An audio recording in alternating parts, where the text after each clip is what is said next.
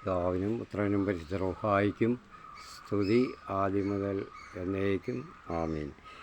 കർത്താവിന് ഏറ്റവും പ്രിയപ്പെട്ടവരെ, നമ്മൾ ലൂക്കായുടെ സുവിശേഷം 5-ാം അധ്യായം 33 മുതൽ ഉള്ള 39 വരെയുള്ള ഭാഗം ഇന്ന് തീർക്കാനാണ് ഉദ്ദേശിക്കുന്നത്.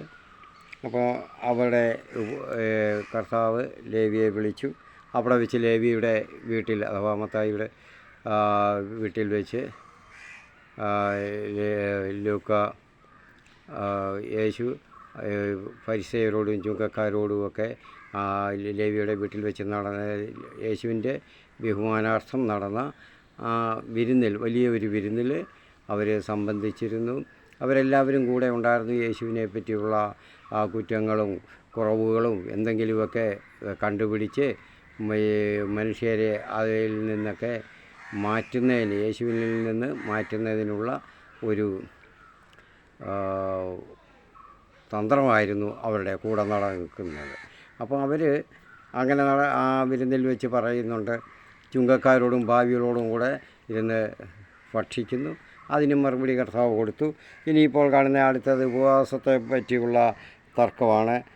ആ സ്ഥലം അത് തന്നെയാണ്, ലേവിയുടെ അഥവാ മത്തായിയുടെ ഭവനം തന്നെയാണ്. ആ വിരുന്ന് ആ സ്ഥലം തന്നെയാണ്. അപ്പോൾ അവിടെ ഉപവാസത്തെക്കുറിച്ച് അവർ തർക്കിക്കുന്നു. അവർ അവനോട് പറഞ്ഞു, യോഹന്നാൻ്റെ ശിഷ്യർ പലപ്പോഴും ഉപവസിക്കുകയും പ്രാർത്ഥിക്കുകയും ചെയ്യുന്നു, ഫരിസേയരുടെ ശിഷ്യരും അങ്ങനെ തന്നെ. എന്നാൽ നിൻ്റെ ശിഷ്യർ തിന്നുകുടിച്ച് നടക്കുന്നു. യേശു അവരോട് മറുപടി പറഞ്ഞു, മണവാളൻ കൂടെ ഉള്ളപ്പോൾ മണവറ തോഴരെ കൊണ്ട് ഉപവസിപ്പിക്കാൻ നിങ്ങൾക്ക് കഴിയുമോ? പ്രിയപ്പെട്ടവരെ, നമ്മൾക്ക് അത് ഒന്ന് ചിന്തിക്കാം. യോഹന്നാൻ്റെ ശിഷ്യർ പലപ്പോഴും ഉപവസിക്കുന്നുണ്ട്. യോഹന്നാൻ സ്നാപകൻ്റെ കാര്യമാണ് ഈ പറയുന്നത്. അതൊരു യോഹന്നാന് വളരെ വലിയ ഒരു ശിക്ഷ വൃന്ദം ഉണ്ടായിരുന്നു. യോഹന്നാൻ നമുക്കറിയാം, യോഹന്നാൻ സ്നാപകൻ യേശുവിന് വഴികാട്ടിയായിട്ട് ദൈവം നിയോഗിച്ച അവസാനത്തെ പ്രവാചകനാണ്. അപ്പോൾ അതുവരെ യേശുവിനെ പറ്റി എല്ലാവരും പ്രവചിച്ചിരുന്നു. ഇനി അവസാനത്തെ പ്രവാചകനാണ് വഴി കാട്ടാൻ മറ്റുള്ളവർക്ക് യേശുവിനെ കാണിച്ചു കൊടുക്കാനും യേശുവിൻ്റെ ഉപദേശങ്ങൾ സ്വീകരിക്കാനും പഴയ നിയമത്തിൽ നിന്ന് പുതിയ നിയമത്തിലേക്കിട്ടുള്ള ഒരു വാതിലായി താൻ നിൽക്കാനും ആണ് യോഹന്നാൻ്റെ നിയോഗം. ദൈവം അങ്ങനെയാണ് നിയോഗിച്ചിരുന്നത്. ആ യോഹന്നാൻ യേശുവിൻ്റെ ആ പരസ്യ ജീവിതം ആരംഭിക്കുന്ന സമയത്ത് വരെ യോഹന്നാൻ സ്നാപകൻ പ്രവർത്തിച്ചിരുന്നു. അദ്ദേഹത്തിൻ്റെ ശിഷ്യന്മാരും അദ്ദേഹത്തോടൊപ്പം ഉണ്ടായിരുന്നു. അപ്പോൾ ഈ പുതിയ നിയമത്തിലേക്കോട്ടുള്ള ഈ കടക്കൽ അതിന് വഴിയൊരുക്കുകയാണല്ലോ. അതിനെ അവരെ പ്രവർത്തന സജ്ജമാക്കുകയാണ്, അവരുടെ മനസ്സുകളെ. അതിന് ഒരു ആത്മീയ ബലം കിട്ടുന്നതിന് വേണ്ടി അവർ ഉപവസിക്കുന്നു, പ്രാർത്ഥിക്കുന്നു, അതെല്ലാം ഉണ്ടായിരുന്നു പതിവായിട്ട്. കാരണം യഹൂദരുടെ ആ ആചാരങ്ങൾ അവിടെ അവർ അനുഷ്ഠിച്ചുകൊണ്ടിരുന്നു. അതിനെ അവർ ഭംഗമൊന്നും വരുന്നില്ല. കാരണം അവസാനത്തെ പ്രവാചകനാണ് യോഹന്നാൻ സ്നാപകൻ. അപ്പോൾ ആ ശിഷ്യന്മാർ അങ്ങനെ ചെയ്യുന്നു. അപ്പോൾ കർത്താവ്, അപ്പോൾ അതിന് യേശു അവരോട് പറയുന്നുണ്ട്,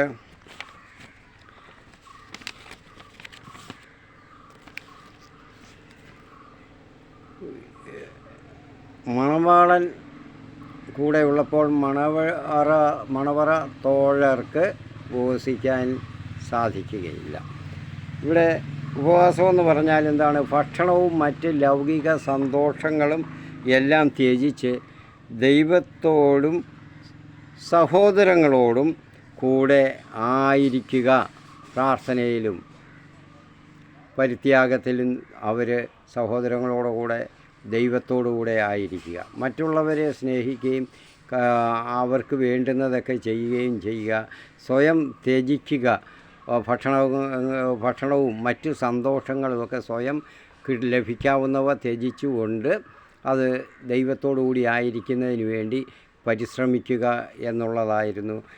എന്നുള്ളതാണ് ഉപവാസം കൊണ്ട് ഉദ്ദേശിക്കുന്നത് ഇവിടെ. ഉപവാസത്തിൻ്റെ അർത്ഥം അതാണ്. അങ്ങനെ ആയിരിക്കും. ഇപ്പോഴായാലും നമ്മളങ്ങനെയാണ്. നമ്മുടെ സുഖങ്ങളും സന്തോഷങ്ങളും ഒക്കെ ത്യജിച്ചുകൊണ്ട് ഉപേക്ഷിച്ചുകൊണ്ട് മറ്റുള്ളവരുടെ സന്തോഷത്തിനും സുഖത്തിനും വേണ്ടി ജീവിക്കുക, അതാണ്. പക്ഷേ ഇവിടെ കർത്താവ് പറയുന്നത്, അപ്പോൾ ഈ അങ്ങനെ ഇവിടെ മണവാളനുള്ളപ്പോൾ മണവറ തോഴർക്ക് ഉപവസിക്കുന്നതിന് സാധിക്കില്ല. ആരാണ് മണവറ തോഴരും മണവാളനും? മണവാളൻ യേശു തന്നെയാണ് ഇവിടെ പറയുന്നത്. ഇനി അവരുടെ കഷ്ടം അനുസരിച്ച് അത് അങ്ങനെ ഒരു ഭാഗമുണ്ടായിരുന്നു.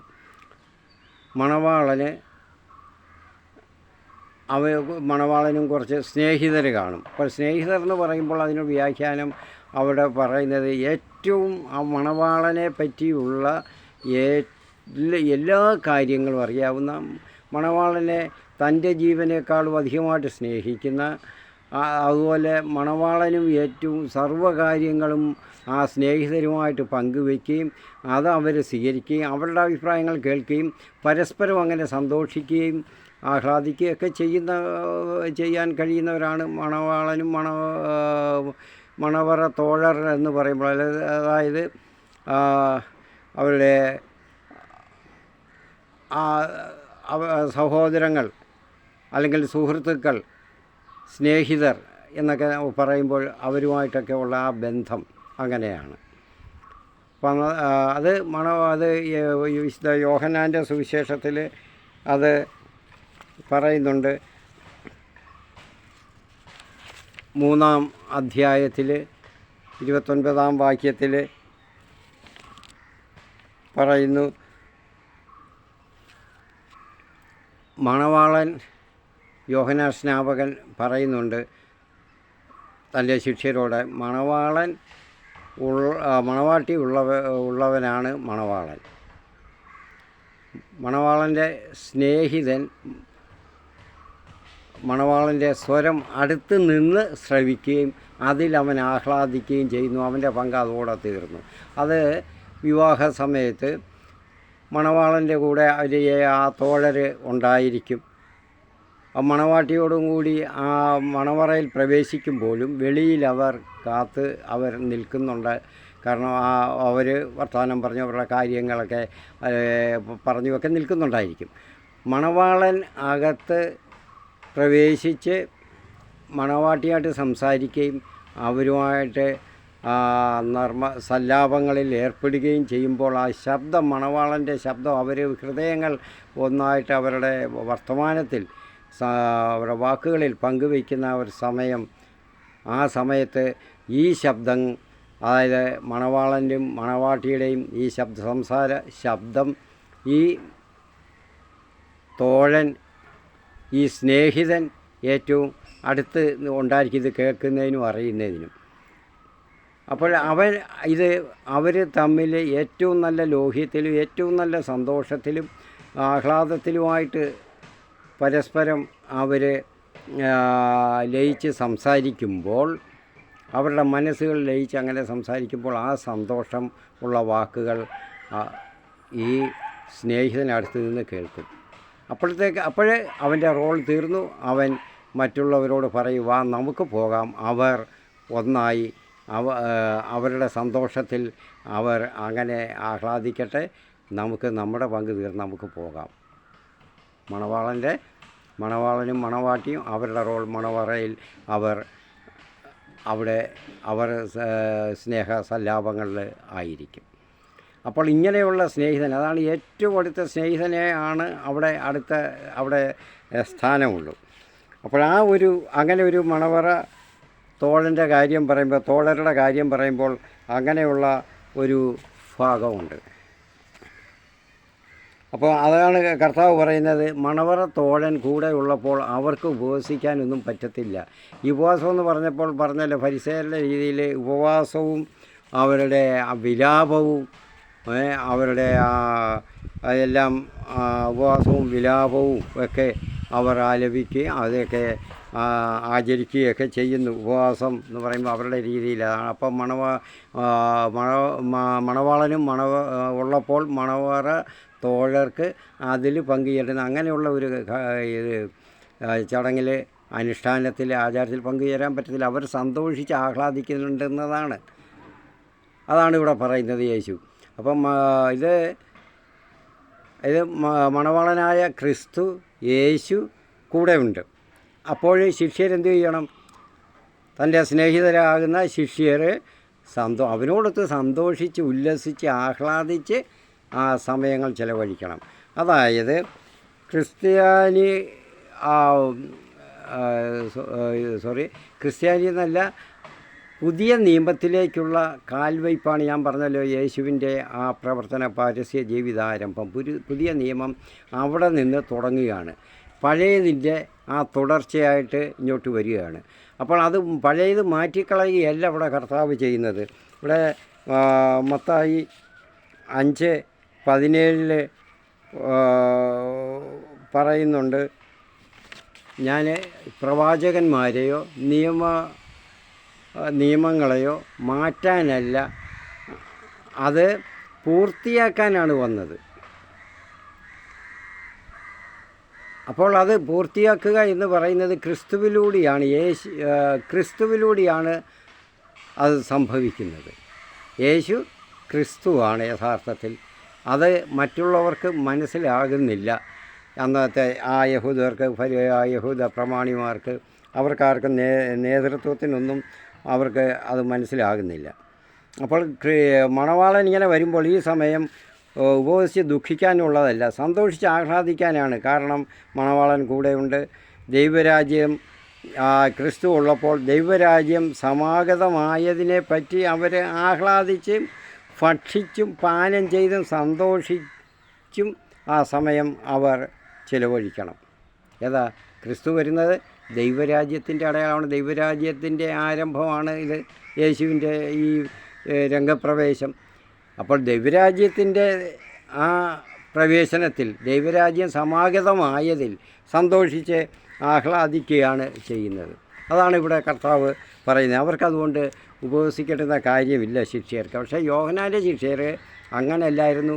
അതിലേക്കുള്ള ഒരു വാതിൽ പടിയായിട്ട് അവർക്ക് കാണിച്ചു കൊടുക്കാനുള്ള ഒരു റോളായിരുന്നു അവർക്കുണ്ടായ യോഹന്നാന്. അപ്പോൾ ശിഷ്യന്മാരും ആ പങ്കാളിത്തത്തിലാണ്. ഇവിടെ നേരെ തിരിച്ച് ആണ്. ദൈവരാജ്യം ആരംഭിച്ചു കഴിഞ്ഞു, ഇവിടെ സമാഗതമായി കഴിഞ്ഞു. അപ്പോൾ അതിൽ സന്തോഷിക്കുകയാണ് ചെയ്യേണ്ടുന്നത്. കാരണം അവരെല്ലാവരും, യഹൂദർ എല്ലാവരും പ്രതീക്ഷിച്ചു കൊണ്ടിരുന്നതായിരുന്നു. കാലങ്ങളായിട്ട്, നൂറ്റാണ്ടുകളായിട്ട് അവർ നോക്കിക്കൊണ്ടിരുന്നതാണ് ദൈവരാജ്യ ആഗമനം, ക്രിസ്തുവിൻ്റെ ആഗമനം. അപ്പോൾ ഇനി കർത്താവ് പറയുന്നുണ്ട്, മണവാളൻ അവരുടെ ആ സല്ലാപ കാലങ്ങൾ എല്ലാം കഴിഞ്ഞു, ആസ്വാദനങ്ങളെ കഴിഞ്ഞിട്ട് എന്ത് ചെയ്യും? മണവാളൻ്റെ ഭവനത്തിൽ മണവാളൻ്റെ കാര്യങ്ങൾക്കായിട്ട് പോകേണ്ടി വരും. അവിടെ എന്നും തോഴർക്ക് അവരുടെ കൂടെ എപ്പോഴും ഇരിക്കാൻ പറ്റത്തില്ല. മണവാട്ടി വന്ന് കഴിഞ്ഞപ്പോൾ മണവാട്ടിയാകുന്ന സഭ, ശിഷ്യരാകുന്ന സമൂഹമാകുന്ന, അല്ലെങ്കിൽ ആ സഭ, ശിഷ്യരെന്ന് പറയുമ്പോൾ ക്രിസ്ത്യാനികളിൽ യേശുവിനെ സ്വീകരിച്ചവർ, രക്ഷകനായിട്ടും കർത്താവായിട്ടും വിശ്വസിച്ച് സ്വീകരിച്ചവരാണ് ശിഷ്യരാകുന്നത്.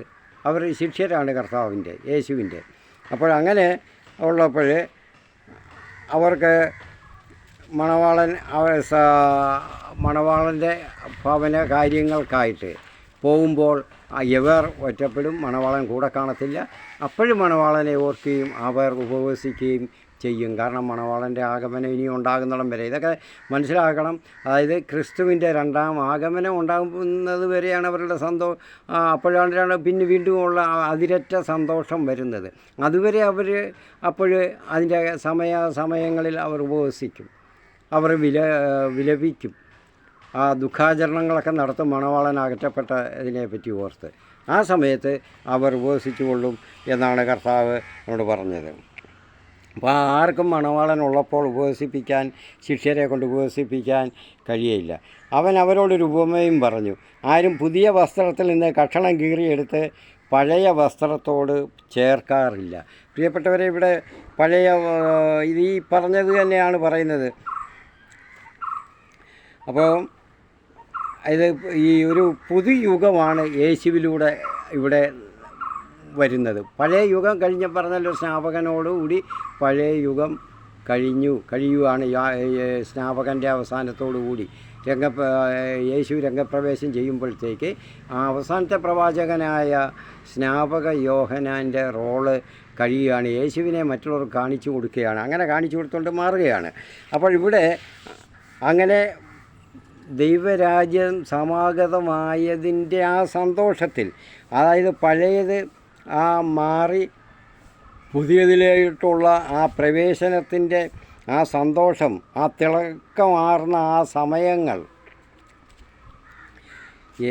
അത് യേശു കൂടെ ഉള്ളപ്പോഴാണ്. അപ്പോൾ തിന്നും കുടിച്ചും ആഹ്ലാദിച്ചും സന്തോഷിക്കാനുള്ള സമയമാണ്, ആസ്വദിക്കാനുള്ള സമയമാണ്. അതിൽ നിന്ന് പിന്തിരിപ്പിക്കാൻ കഴിയുകയില്ല. അപ്പോൾ മിശിഹ യുഗത്തിലേക്കുള്ള ആ പങ്കുചേരലാണ് ഇനിയുമുള്ളത്. ഏറ്റവും അധികം സന്തോഷിക്കേണ്ടത് ജോയ്ഫുൾ പീരീഡുകളാണത്. അപ്പം ഫരിസേയ കാലങ്ങളിലെ വിലാപവും ഉപവാസവും ഇനി പുതിയ നിയമ ദൈവരാജ്യ സന്തോഷവും സ്നേഹവുമായി ഒത്തുപോകുകയില്ല. അതാണ് പറഞ്ഞത്, പഴയ ആരും പുതിയ വസ്ത്രത്തിൽ നിന്ന് കഷണം കീറിയെടുത്ത് പഴയ വസ്ത്രത്തോട് ചേർക്കാറില്ല. അങ്ങനെ ചെയ്താൽ പുതിയ വസ്ത്രം കീറുന്നുവെന്ന് മാത്രമല്ല, പുതിയ കഷണം പഴയതിനോട് ചേരാതെ വരികയും ചെയ്യും. പ്രിയപ്പെട്ടവരെ, അതായത് പഴയ നിയമത്തിൻ്റെ ആ ഭാഗം ഇനി പുതിയതായി കഴിഞ്ഞപ്പോൾ ഈ പഴയതിൻ്റെ കീറൽ മാറ്റാൻ വേണ്ടി ഇതിൽ നിന്നെടുത്ത് അങ്ങോട്ട് ചേർത്താൽ ആരും അംഗീകരിക്കുകയില്ല. ആ കീറിയ പുതിയത് കീറുകയും ചെയ്തു, അതിൻ്റെ പ്രയോജനം ഉണ്ടായില്ല. പഴയതിലോട്ട് ചേർത്തപ്പോൾ പഴയതും നിലനിൽക്കുന്നില്ല, അത് രണ്ടും കീറിപ്പോകും. അതായത് പഴയ നിയമത്തിൻ്റെ പോരായ്മകൾ യേശുവിടെ വന്ന് അത് പൂർത്തിയാക്കുകയാണ്. അതിൻ്റെ പോരായ്മകൾ കർത്താവ് നവീകരിച്ച് പൂർത്തിയാക്കുകയാണ് യേശു ചെയ്യുന്നത്. അപ്പോൾ അത് അല്ലാതെ പഴയ നിയമം ഇങ്ങോട്ടെടുത്ത് ഒരു പാച്ച് വർക്ക് ചെയ്യുകയല്ല യേശുനാഥൻ ചെയ്യുന്നത്. ആ ഒരു പാച്ച് വർക്ക് ചെയ്താൽ അത് ബലപ്പെടുകയില്ല, അത് നശിച്ചു പോകും. അത് പഴയ നിയമം ഇങ്ങോട്ട് പകർത്തുകയല്ല എന്നർത്ഥം. കുറച്ച് ഭാഗങ്ങൾ ഇങ്ങോട്ട് പകർത്തി പുതിയ ഒരു കാര്യം സ്ഥാപിക്കുകയല്ല, മറിച്ച് പഴയതിനെ അതിൻ്റെ പോരായ്മകൾ നികത്തി അതിനെ പൂർത്തീകരിക്കുകയാണ്. അതിൻ്റെ പോരായ്മകളെല്ലാം അവർ ആചരിച്ചിരുന്ന രീതികളിലുള്ള വ്യത്യാസങ്ങൾ, പോരായ്മകൾ, കുറവുകൾ, ഇതെല്ലാം യേശു അവർക്ക് വിശദീകരിച്ചു കൊടുത്ത് അവരെ പഠിപ്പിക്കുകയാണ്. പുതിയത് എങ്ങനെ ആയിരിക്കണം, ഇനി മിശിഹ യുഗമാണ്, മിശിഹ യുഗത്തിൽ എങ്ങനെ ആയിരിക്കണം എന്നുള്ളത്. മിശിഹ യുഗം എന്ന് പറയുമ്പോൾ ക്രിസ്ത്യാനികളുടെ ഇഹലോകവാസത്തിലും മിശിഹ യുഗം തന്നെയാണ്. മിശിഹ യുഗം, മിശിഹയുടെ സിംഹാസനം, ദി കിങ്ഡം ഓഫ് ഗോഡ് എവിടെയാണ്? സ്വർഗരാജ്യം തന്നെയാണ്. അപ്പോൾ അവിടത്തേക്കുള്ള ഒരുക്കമാണ് ഇവിടെ ഈ മിശിഹ യുഗ ആചരണം. ഇവിടുത്തെ ജീവിതം നമ്മളതിൻ്റെ ആ ആചരണം തന്നെയാണ്. അങ്ങനെ ഒന്നിപ്പിക്കാൻ ശ്രമിച്ചാൽ രണ്ടും നിരർത്ഥകമായി കൊണ്ടുപോകും. അതുകൊണ്ട് യേശുവിൻ്റെ ദൈവരാജ്യ ശുശ്രൂഷകരാകണം സകലരും. അതാണ് യേശു ഇവിടെ പഠിപ്പിക്കുന്നത്. യേശുവിൻ്റെ ഈ പ്രബോധനം, സുവിശേഷം മോശയുടെ നിയമത്തിൽ നിന്നും അടർത്തിയെടുത്ത് ഇങ്ങോട്ട് വെച്ചിട്ടുള്ളതല്ല. അത് മാത്രമല്ല, ഞാൻ പറഞ്ഞ പോലെ പൂർത്തീകരിക്കുന്നു. പൂർത്തീകരിക്കുന്ന എങ്ങനെ? കുറവുകൾ നികത്തി നവീകരിച്ചാണ് പൂർത്തീകരിക്കുന്നത്. അതുകൊണ്ട് ഇവിടെ അതുപോലെ തന്നെ കർത്താവ് പറയുന്നുണ്ട്, രണ്ട് ഉപമയാണ്. ആരും പുതിയ വീഞ്ഞ് പഴയ തോൽക്കുടങ്ങളിൽ ഒഴിച്ചു വയ്ക്കാറില്ല. അങ്ങനെ ചെയ്താൽ പുതിയ വീഞ്ഞ് പഴയ തോൽക്കുടങ്ങൾ ഭേദിച്ച് ഒഴുകി പോവുകയും തോൽക്കുടങ്ങൾ നശിക്കുകയും ചെയ്യും. അതുപോലെ പുതിയ വീഞ്ഞ് പുതിയ തോൽക്കുടങ്ങളിലാണ് ഒഴിച്ചു വയ്ക്കേണ്ടത്. പഴയ വീഞ്ഞ് കുടിച്ച ഒരുവനും പുതിയത് ഇഷ്ടപ്പെടുകയില്ല, പഴയതാണ് മെച്ചമെന്നല്ലേ പറയുന്നത്. പ്രിയപ്പെട്ടവരെ, അത് ഇവിടെ കാര്യങ്ങൾ ഇതാണ്. ഈ യേശുവിൻ്റെ പ്രബോധനമാകുന്ന ഈ പുതിയ നിയമ സുവിശേഷം, ദൈവരാജ്യ സുവിശേഷം മോശയുടെ നിയമവുമായിട്ട് കൂട്ടിക്കുഴയ്ക്കാൻ ശ്രമിക്കരുത്, ശ്രമിക്കാൻ പറ്റത്തില്ല. അതായത് അതിൻ്റെ ആ പൂർത്തീകരണം യേശു നടത്തിക്കഴിഞ്ഞു. ഇനിയും പഴയതിൽ ഇങ്ങോട്ട് കൂടുതലായിട്ടൊന്നും എടുക്കാനില്ല. ഇവിടുന്ന് അങ്ങോട്ട് ചേർത്ത് വെച്ചാൽ അത് ഇല്ലാതായി പോകും. കാരണം ഇത് പഴയ പുതിയ വീഞ്ഞ് പഴയ തോൽക്കുടങ്ങളാവുമ്പോൾ ആ പഴയത് ഭേദിച്ച് ഈ പുതിയ വീഞ്ഞും നഷ്ടപ്പെടും, ആ പഴയ അത് വെച്ചിരുന്ന തോൽക്കുടങ്ങളും നശിക്കും. അങ്ങനെ നശിക്കാനുള്ളതല്ല പഴയതിൻ്റെ ആവശ്യമുള്ളത് എന്നും ലോകാവസാനം വരെയും വേണ്ടിയതാണ്. അതുകൊണ്ടാണ് കർത്താവ് പറഞ്ഞ ഞാനത് നശിപ്പിക്കാനല്ല, മാറ്റിമറിക്കാനല്ല, അത് പൂർത്തീകരിക്കുക എന്നുള്ളതാണ്. അതിൽ കുറച്ച് കുറവുകളുണ്ട്, അതും കൂടെ പരിഹരിച്ചെങ്കിലേ പൂർത്തീകരണമാകത്തുള്ളൂ, അത് പൂർത്തിയാകത്തുള്ളൂ. അതുകൊണ്ട് മോശയുടെ പരിധിയിൽ നിന്ന് ദൈവരാജ്യ സുവിശേഷത്തെ പഠിക്കാൻ ശ്രമിച്ചാൽ നടക്കുകയില്ല. മോശയുടെ പരിധി, അതായത് പഴയ വീഞ്ഞ്, അതിൽ നിന്ന് പഴയ തോൽക്കുടം, അതിൽ തൊട്ട് പുതിയത് വെച്ച് ചേർത്ത് പഠിക്കാൻ ശ്രമിച്ചാൽ രണ്ടിലും ഒന്നിലും എത്താതെ വരും. രണ്ടിനും കുറവുകളുള്ളതായിട്ട് വരും, പാതി വഴിയിൽ ഉപേക്ഷിക്കേണ്ടി വരും. അപ്പോൾ അത് പഠിക്കാനോ പ്രാവർത്തികമാക്കാനോ ശ്രമിച്ചാൽ പരാജയപ്പെടും. പുതിയ സുവിശേഷ പ്രവേശനം അതുകൊണ്ട് ഈ പുതിയ സുവിശേഷ പ്രവർത്തനം തടസ്സപ്പെടുത്താനായിട്ട് സാത്താൻ എപ്പോഴും പരിശ്രമിക്കുന്നുണ്ട്. ലോകത്തിൻ്റെ ഇതായിട്ടുള്ള സുഖങ്ങളും സന്തോഷങ്ങളും തന്ന് പുതിയതെന്താണ്, പഴയതിൻ്റെ കണ്ണിന് പകരം കണ്ണ്, പല്ലിന് പകരം പല്ല്, അതുപോലെ ജീവന് പകരം ജീവൻ എന്നുള്ള ആ പ്രമാണമല്ല ഇവിടെ അതിനെയെല്ലാം പരിഹരിച്ച് മുന്നോട്ട്, ആ കുറവുകൾ നീക്കി മുന്നോട്ട് കൊണ്ടുപോവുകയാണ്. കണ്ണിന് പകരം കണ്ണ് വേണ്ട, നമ്മുടെ കണ്ണ് തന്നെ അവരനുണ്ട്, അല്ലെങ്കിൽ അവരൻ്റെ കണ്ണ് തന്നെ നമുക്കുണ്ട്, നമുക്കത് കൊണ്ട് തന്നെ മുന്നോട്ട് പോകണം. അതാണ് കർത്താവ് ഇവിടെ പുതിയ സുവിശേഷം പറയുന്നത്. ഈ സുവിശേഷം, ഈ ഒരു രീതി തടസ്സപ്പെടുത്താനായിട്ട് സാത്താൻ എപ്പോഴും പരിശ്രമിച്ചു കൊണ്ടിരിക്കുകയാണ്.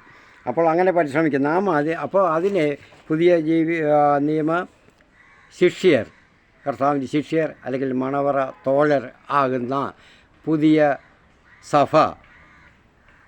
സഭയുടെ ആ മക്കൾ പരിശ്രമിച്ചുകൊണ്ടേയിരിക്കണം.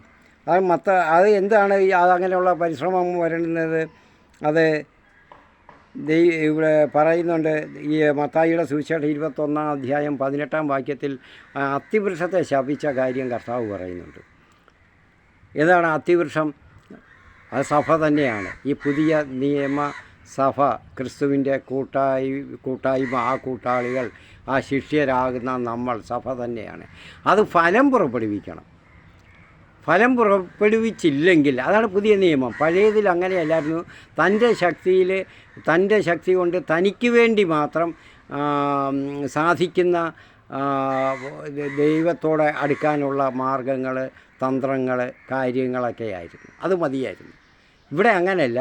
ദൈവത്തോടു കൂടി ചേർന്നും കൊണ്ട് ദൈവത്തിൻ്റെ കൃപയാൽ നമ്മൾ നമ്മുടെ പ്രതിബന്ധങ്ങളെല്ലാം അതിജീവിക്കണം.